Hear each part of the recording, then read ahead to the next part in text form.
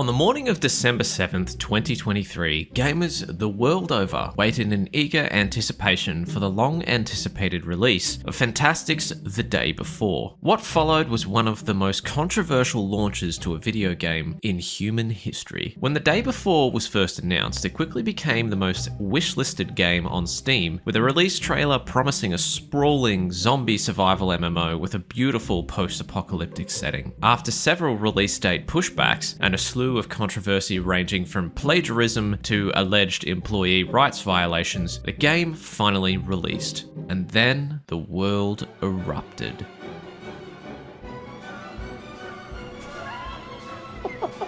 Esto empieza de putísima madre.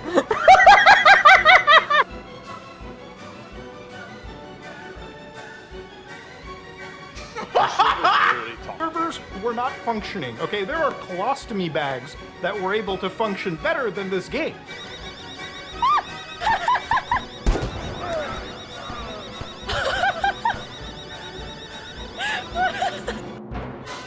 In the wake of the launch, Fntastic shut down the studio, parting with some final poetic words. This was our first big experience. Shit happens. This was the last that anyone would hear from Fntastic.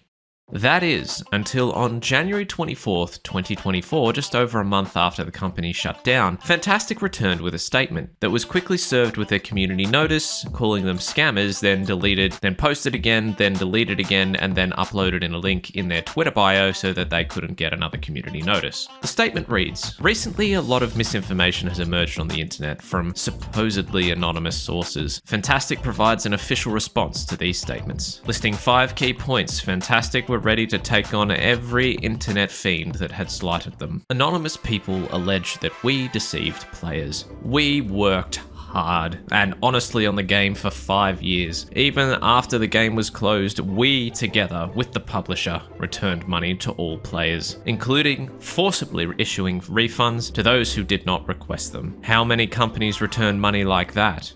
A bold statement and a strong start. You see, Fntastic had only a month earlier been forced to offer full refunds for The Day Before. The game was in such a poor state and so substantially different to what was originally promised that Steam and Valve removed their refund policy, especially for The Day Before. There was no longer a requirement to have played a certain number of hours of the game. You could obtain a refund for any number of play hours. Fntastic then took the initiative to force refunds to gamers who had made the very wise purchase of The Day Before. With the state of the game in such disarray, gamers took it upon themselves to refute the claims that Fntastic had in fact been working on the game for 5 years. One modder even released a full set of the assets that were purchased from the Unreal Engine store, and others claimed that the map itself may have actually been purchased and not developed. This raised eyebrows as to whether the developers had really spent such extensive and dedicated time to the game's development. Anonymous people allege that we deceived the investor. This is not true. We still have a great partnership with our publisher.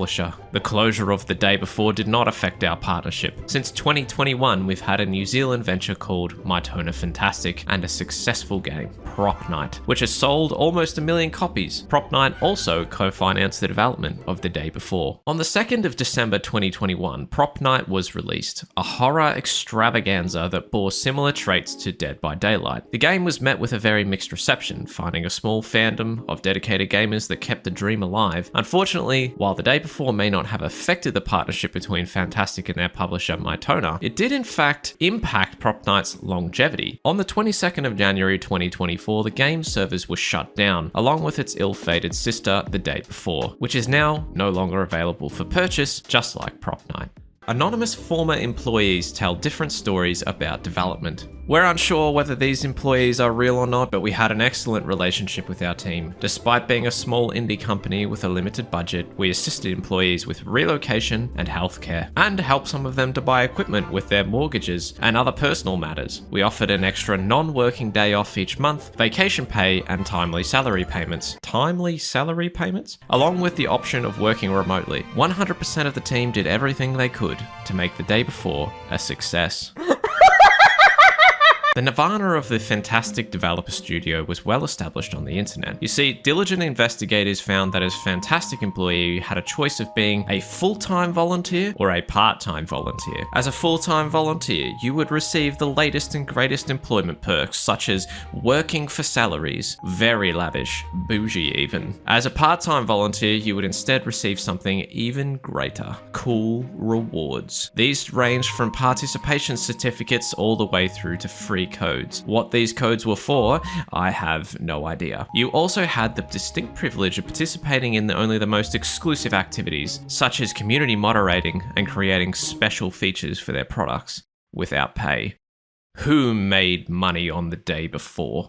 Certain bloggers made huge money by creating false content with huge titles from the very beginning to gain views and followers, exploiting a lack of information about the game's development. Their actions triggered a gold rush among content creators due to the game's pre-release popularity. Ever the bold and the brave, Fntastic struck deep, placing the blame on those dastardly bloggers. Despite the overwhelming evidence to the contrary, Fntastic made the bold claim that influencers had created false content to gain views and followers. And they were right. They gained views in the millions by exploiting the lack of information about the game's development. But you see, content creators and gamers alike had been asking for almost 2 years for gameplay to be met with silence from Fntastic. After months and months of begging, Fntastic finally provided a set date for a gameplay reveal. However, when the fateful day arrived, no gameplay.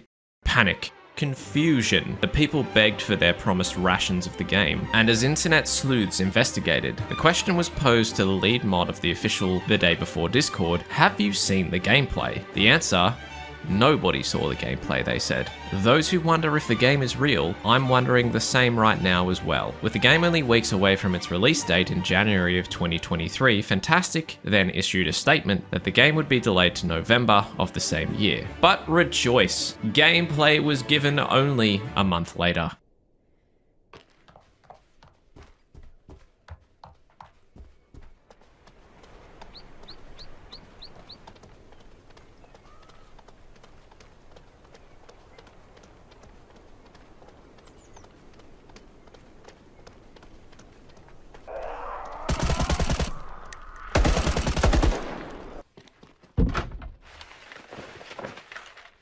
Breathtaking. Simply breathtaking. Why do they say that the release game is not the same as that in the trailers, and why was the game closed? We implemented everything shown in the trailers. From home improvements and a detailed world to off-road vehicles, we only disabled a few minor features, like parkour, due to bugs, but plan to include them in the full release. Remember that experiment where you're asked to count pink objects in a room, and then recall the blue ones? You won't remember any. It's all about focus. The negative bias instilled by certain bloggers making money on hate affected perceptions of the game. Look at unbiased gameplay like Dr. Disrespect's stream at release. Despite the initial bugs and server issues, he liked the game, which we fixed later, and the game received improved reviews over the weekend. Unfortunately, the hate campaign had already inflicted significant damage. Dr. Disrespect, the savior of Fntastic, their light in a darkened world, had this to say about the game. My rating on the game is now, it's based off us not knowing where they're going with it, okay? If I were to base my rating off, we have no idea, and they're not going to do anything, and this is sort of it. Maybe there's some bug fixings or whatever, but this is the game. 5.8, 5.9, 6.1, right around there, out of 10. The statement continues. By the way, after sales closed, many people wrote to us that bloggers had deceived them, and they liked the game, and they asked for access. We also heard that petitions were created to continue development, and on the black market, the game's price exceeded $200, and some even began to make their own mods. We are grateful to all the senders of mails who expressed support and appealed not to give up and to continue work. Finally, we encourage you to subscribe to our social networks to know what will happen next. And with that, Fntastic signed off with the best offer they'd ever extended to the internet, a front row seat to the next episode of the Fntastic saga. Despite apparently closing their studio, shutting their servers down, and making no money on the project, the studio bravely looked to the horizon for their next ambitious project, which according to an unnamed ex-employee, may be a mobile game. Was this a statement for investors? Are Fntastic innocent of all crimes? Are you excited for Fntastic's next game? Let me know down in the comments, and if you liked the video, you know what to do.